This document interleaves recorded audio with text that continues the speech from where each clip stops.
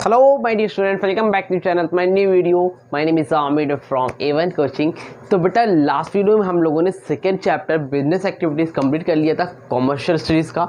आज हम लोग स्टार्ट करेंगे न्यू चैप्टर नंबर 3 जिसका नाम है profit and non profit organization. क्या नाम बेटा?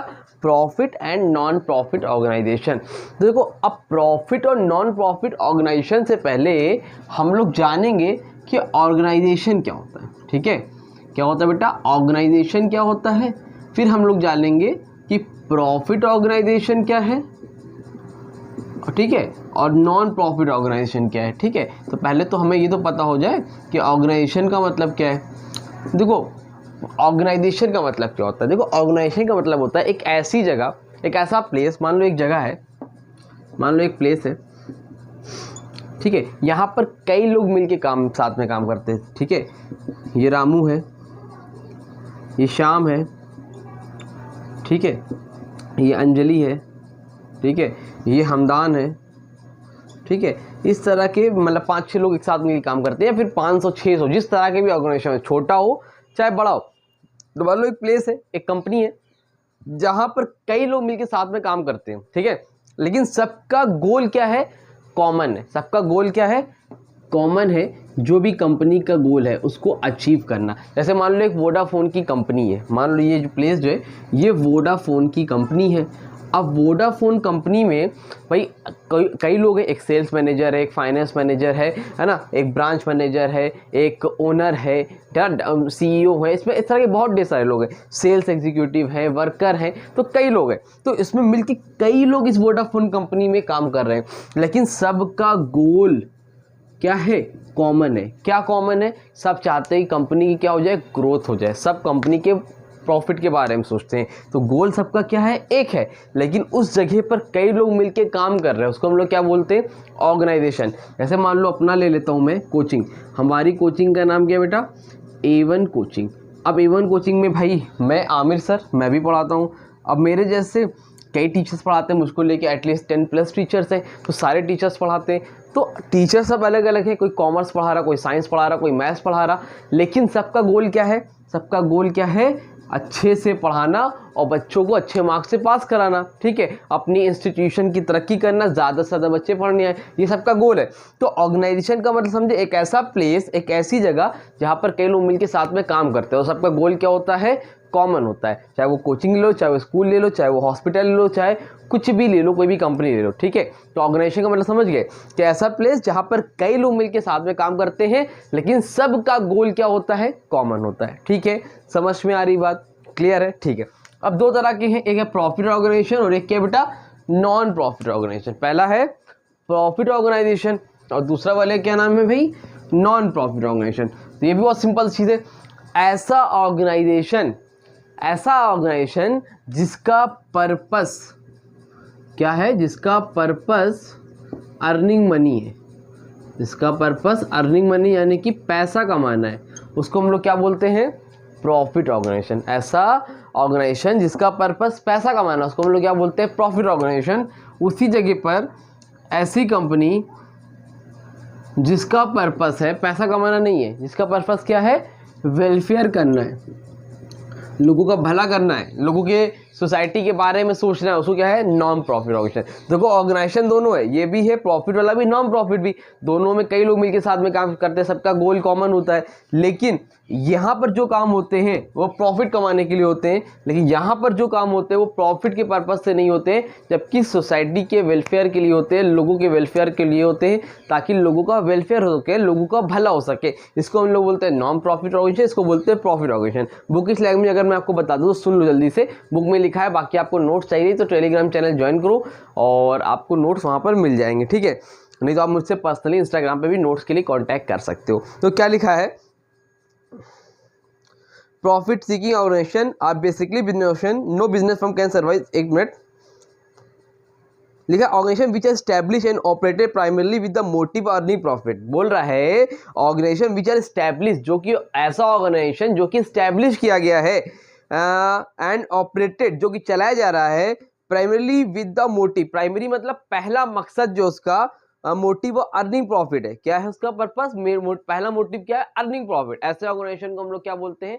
प्रॉफिट सीकिंग ऑर्गेनाइजेशन या फिर प्रॉफिट ऑर्गेनाइजेशन। समझ में आ रही बात।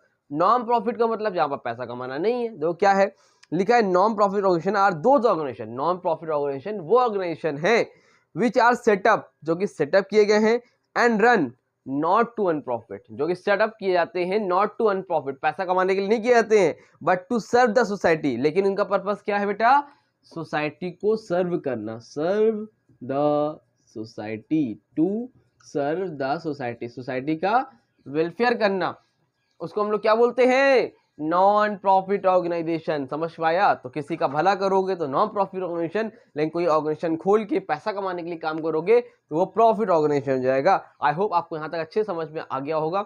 आगे कुछ एग्जांपल दे रखे अलग अलग नॉन प्रॉफिट ऑर्गेनाइजेशन के। प्रॉफिट ऑर्गेनाइजेशन में बहुत डिटेल में नहीं, सिर्फ मीनिंग है इसकी, तो मीनिंग देख लेना। अब इसमें कुछ एग्जांपल दिए हुए अलग अलग नॉन प्रॉफिट ऑर्गेनाइजेशन के, उसको मैं आपको बता देता हूँ। जल्दी से इतना नोट करना है तो ले लो, नहीं तो फिर आगे बताता हूँ जल्दी से।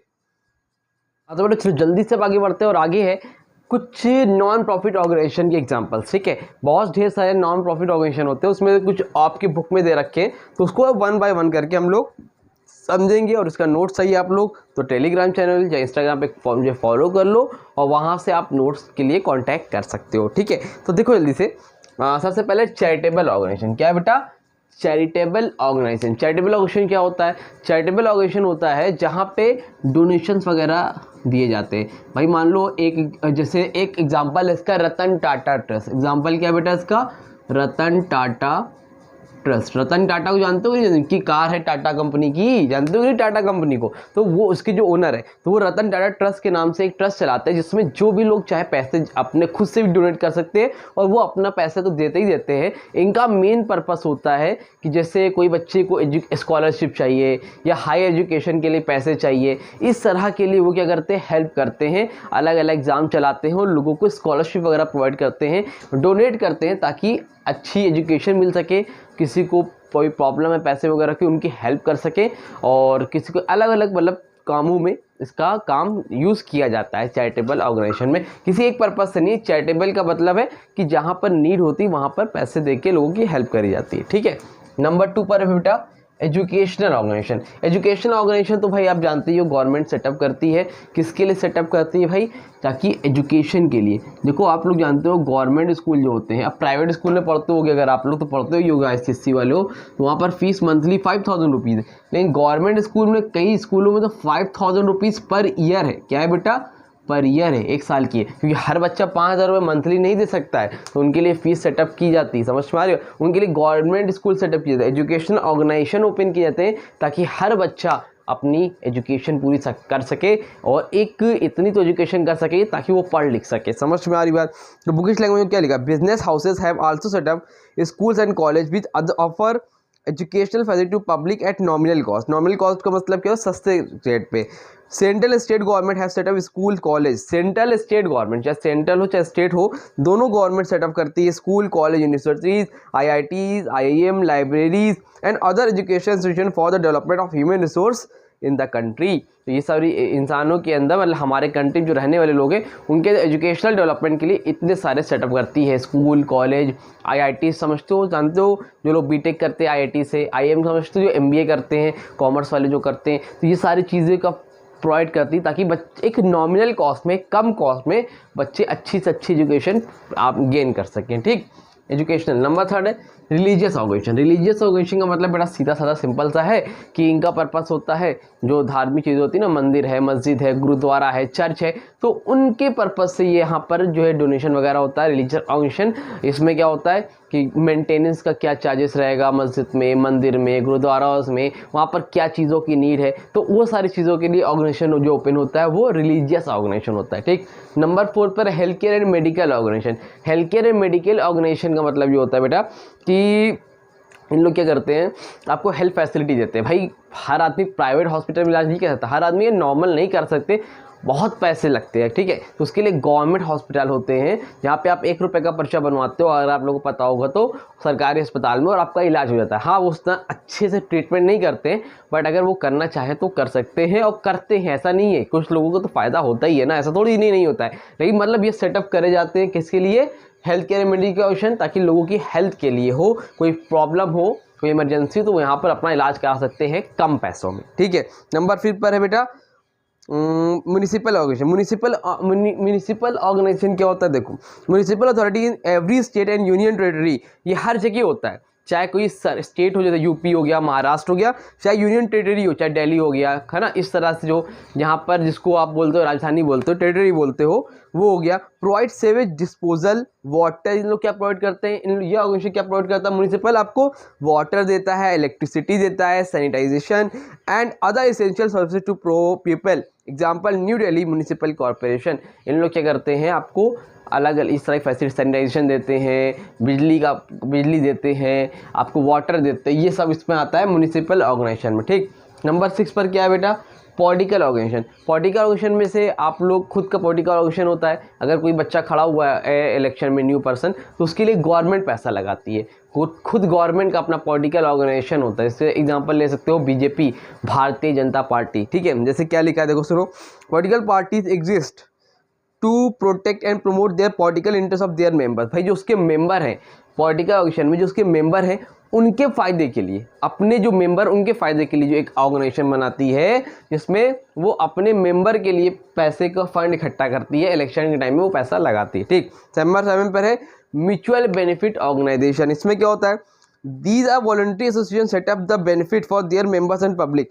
म्यूचुअल बेनिफिट ऑर्गेनाइजेशन जो होता है वो अपने म्यूचुअल पर्सन के लिए होता है। म्यूचुअल पर्सन का मतलब ये है कि मान लो ये सेटअप किया तो इसमें मेंबर जितने भी लोग हैं, 10 लोग हैं, 20 लोग हैं उस ऑर्गेनाइजेशन में, ये उन पर्टिकुलर के लिए होता है जो इस ऑर्गेनाइजेशन को ज्वाइन किए होते हैं, सबके लिए नहीं होता है, उनके मेंबर्स के लिए तो इस ऑर्गेनाइजेशन में जुड़े होते हैं, म्यूचुअल बेनिफिट के लिए, सबके लिए। ठीक, लास्ट है कॉमनवेल्थ ऑर्गेनाइजेशन। अब इसका समझ लो, पुलिस हो गई, आर्मी हो गई, नेवी हो गया, है ना, ये सारे ऑर्गेनाइजेशन किस में आते हैं, आपके कॉमनवेल्थ ऑर्गेनाइजेशन में। इनका मेन पर्पस क्या होता है बच्चा, कि लोगों को जैसे आम जनता को सर्विस प्रोवाइड करना, ताकि हम लोग अच्छे से रखें। अब भाई देखो, आर्मी वाले तो बॉर्डर पे खड़े हैं ना हमारे लिए, तभी तो हम लोग यहाँ पे रह रहे हैं, नहीं तो चाइना, अमेरिका, कोई भी आके हमारे पर हमला कर सकता है, समझ में आ रही बात। तो ये सब ऑर्गेनाइजेशन किसके इसमें आते हैं। ठीक है, कॉमनवेल्थ ऑर्गेनाइजेशन। आई होप आपको यहाँ तक अच्छे से समझ में आया होगा। कोई डाउट रहेगा तो कमेंट सेक्शन में, इंस्टाग्राम में कॉन्टैक्ट कर लेना। आगे है आपका profit organization, non profit organization. ध्यान से सुनो, स्क्रीन पे आ रहा होगा, लिखा है प्रॉफिट ऑर्गेनाइजेशन में, प्रॉफिट ऑर्गेनाइजेशन और इसमें डिफरेंस क्या है। प्रॉफिट ऑर्गेनाइजेशन का पर्पस क्या है, primary motive to earn profit, पैसा कमाना, जबकि नॉन प्रॉफिट ऑर्गेनाइजेशन का पर्पस क्या है, टू रेंडर सर्विस, लोगों को सर्विस प्रोवाइड करना। नंबर 2 मेन फंक्शन क्या है प्रॉफिट ऑर्गेनाइजेशन का, प्रोडक्शन एंड डिस्ट्रीब्यूशन, सामान का प्रोडक्शन करना, सामान को बनाना, उसको मार्केट में डिस्ट्रीब्यूट करना।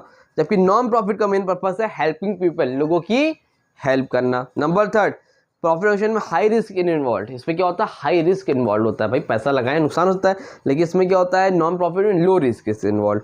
फिर नंबर 4 प्रॉफिट ऑर्गेनाइजेशन में प्रॉफिट और लॉस कुछ ना कुछ होता है, लेकिन इसमें क्या होता है, सरप्लस और डेफिसिट होता है। ठीक है, फिर number 5 tax payable subject to income tax, income tax देना पड़ता है। इसमें क्या, tax exempt in many cases, कुछ जगह, बहुत सी जगहों पर यहाँ पर टैक्स नहीं देना पड़ता है नॉन प्रॉफिट ऑर्गेनाइजेशन में।